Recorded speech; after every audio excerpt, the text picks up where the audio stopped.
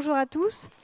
Donc en effet, le Digital Society Forum rassemble en général des chercheurs, des acteurs économiques, des acteurs de la société civile, et l'idée c'est vraiment de pouvoir se réunir autour de grands thèmes de la vie quotidienne et d'avoir une vision croisée, c'est ce qu'on disait, de les partager pendant des ateliers collaboratifs comme celui auquel vous allez participer. Donc là, moi je vais vous présenter une partie des recherches qui ont été menées par des chercheurs du laboratoire des sciences sociales d'Orange Lab. Donc Kevin Mellet qui est économiste et sociologue, et Mustapha Zouinar qui est ergonome. Et puis je vais vous parler aussi, donc eux ils ont fait beaucoup de recherches sur l'attention. Ce sera la partie des recherches que je vais vous présenter. Et puis moi je travaille plus spécifiquement sur l'engagement de manière générale, donc je vais aussi vous présenter quelques éléments liés à l'engagement. Donc l'idée, c'est que les travaux de recherche que je vous présente là font systématiquement référence à des sources scientifiques, c'est-à-dire des études, des publications qui sont elles-mêmes disponibles en ligne, que vous pouvez aller regarder. Il y a une vidéo d'ailleurs des sociologues qui explique justement ces thématiques de l'attention. Donc n'hésitez pas aussi, même après l'atelier, à pouvoir aller consulter ces contenus. Donc l'attention d'abord. Donc l'attention, c'est d'abord une notion qui est complexe parce qu'elle renvoie à finalement une multiplicité de phénomènes. On peut définir plusieurs types d'attention. Donc on va considérer tout d'abord déjà l'idée d'une attention sélective. On opère toujours une sélection dans les informations que l'on reçoit de l'environnement, puisque notre environnement est très très riche d'informations. Il y a beaucoup de sollicitations, beaucoup d'événements. Donc déjà, quand on est attentif à l'environnement et quand on perçoit notre environnement, on a des filtres. Donc déjà, on sélectionne les informations. Ensuite, on parle d'attention divisée, c'est-à-dire la capacité à faire plusieurs choses à la fois, donc donner notre attention à plusieurs événements, plusieurs tâches à la fois. Et puis, on parle aussi d'attention soutenue, le fait d'être capable de maintenir son attention focalisée sur un objet pendant une longue période de temps. En fait, c'est la concentration, ce qu'on peut appeler communément la concentration, le fait de rester concentré. Donc l'attention, c'est une ressource rare. Déjà, une chose qu'on peut retenir, c'est qu'en fait, notre attention, en l'occurrence, c'est une ressource qui est limitée, qui est finie. C'est-à-dire qu'elle est limitée à la fois en termes de temps, on ne peut pas rester attentif des heures et des heures durant, et elle est limitée en termes de capacité de traitement aussi. Donc c'est pour ça qu'il y a une sélection d'informations, parce qu'en effet, on ne peut pas traiter toutes les informations à la fois de notre environnement. Et puis, il y a du coup cette idée d'attention divisée, au fait qu'on puisse faire plusieurs choses en même temps, parce que justement, notre attention est limitée.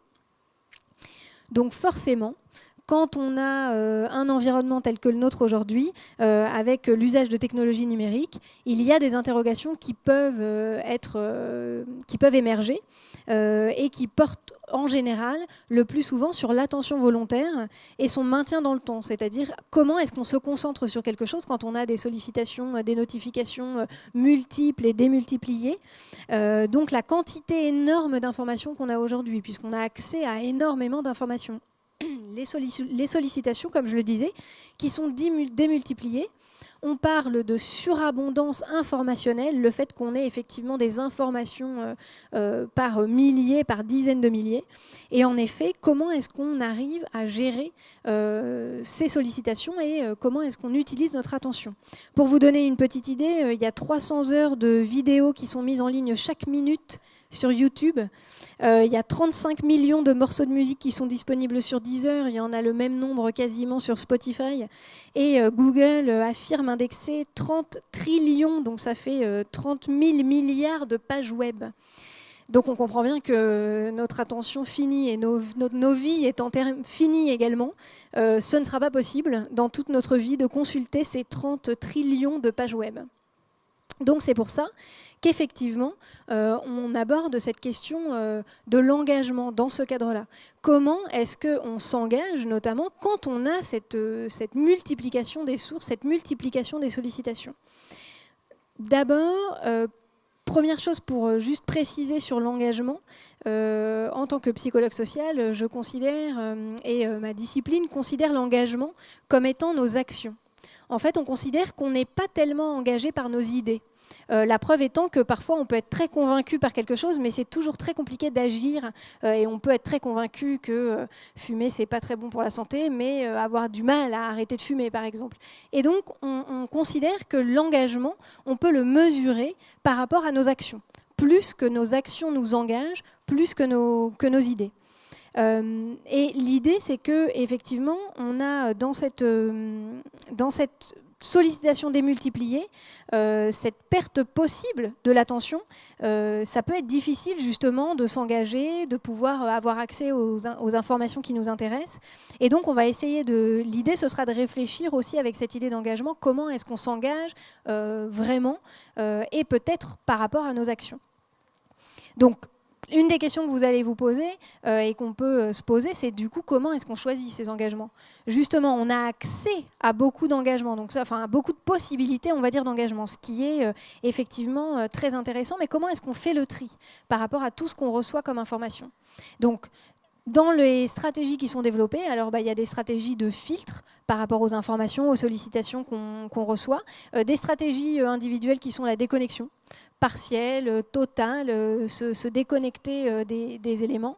On peut avoir aussi des filtres qui sont mis en place pour nous, des filtres concernant les notifications, choisir ou pas telle notification, couper tel logiciel de mail pendant qu'on est en train de faire autre chose pour pas être perturbé. Et on développe aussi à l'inverse des compétences au multitasking et au fait de pouvoir être dissipé, avoir une attention dispersée. Donc l'idée, c'est qu'on va essayer donc de développer, et on va essayer de voir comment est-ce qu'on choisit ses combats dans cette idée de sursollicitation numérique, en sachant que, comme on le disait, on ne va pas pouvoir tout faire, tout voir, et qu'il y a aussi cette idée de frustration qui va avec la possibilité illimitée d'informations, et que choisir ses combats, c'est aussi peut-être en abandonner d'autres ou faire des choix, et cette idée aussi peut-être de perte ou de frustration peut être intéressante à prendre en compte. Et puis la deuxième idée, c'est comment est-ce qu'on s'engage justement dans ce cas-là? Comment est-ce qu'on arrive à réellement s'engager? Et je pensais notamment au fait que, je vous le disais, il y a une accessibilité plus grande pour s'engager. Par exemple, via les pétitions en ligne maintenant. On peut s'engager via une pétition en ligne, signer. Et justement, en termes d'engagement, est-ce que quand on met sa signature sur une pétition en ligne, est-ce que si on nous le demande 6 mois plus tard, on s'en rappelle? Est-ce qu'on est capable, l'année d'après, de se dire quelle pétition on a signée? Et c'est vrai que l'engagement, quand je vous disais dans les actes, donc signer une pétition, c'est un acte, mais on sait que les actes sont engageants, d'autant plus engageants quand ils sont coûteux, quand ça nous prend de l'énergie, du temps. On sait que les actes sont d'autant plus engageants quand ils sont publics. Alors une pétition sur Internet, c'est bien. Est-ce qu'on met son nom? Est-ce qu'on ne met pas son nom? Est-ce qu'on met un commentaire? Ce qui fait qu'on va effectivement être très visible par rapport à d'autres, peut-être qui ne mettent pas de commentaire. Et on sait que agir de façon publique nous engage plus. Savoir aussi que notre engagement est irréversible. C'est plus engageant que effectivement de faire une action qui ne le serait pas. Donc, est-ce que s'engager en ligne, c'est suffisant? Même si effectivement on a des résultats, donc c'est vraiment un pas intéressant. Est-ce qu'il faut arriver à amener les gens dans la vraie vie, arriver par un engagement peut-être numérique à faire quelque chose qui soit dans la vie réelle, on va dire, et quels sont les enjeux justement à basculer d'un engagement numérique à un engagement réel, et comment est-ce qu'on peut arriver à rendre pérenne et à avoir des actions peut-être un peu plus coûteuses derrière. Donc c'est des questions qu'on va se poser tous ensemble, puisque je n'ai pas de réponse particulière pour le moment, et je serai très heureuse de pouvoir y réfléchir avec vous, en tout cas de vous accompagner dans cette réflexion.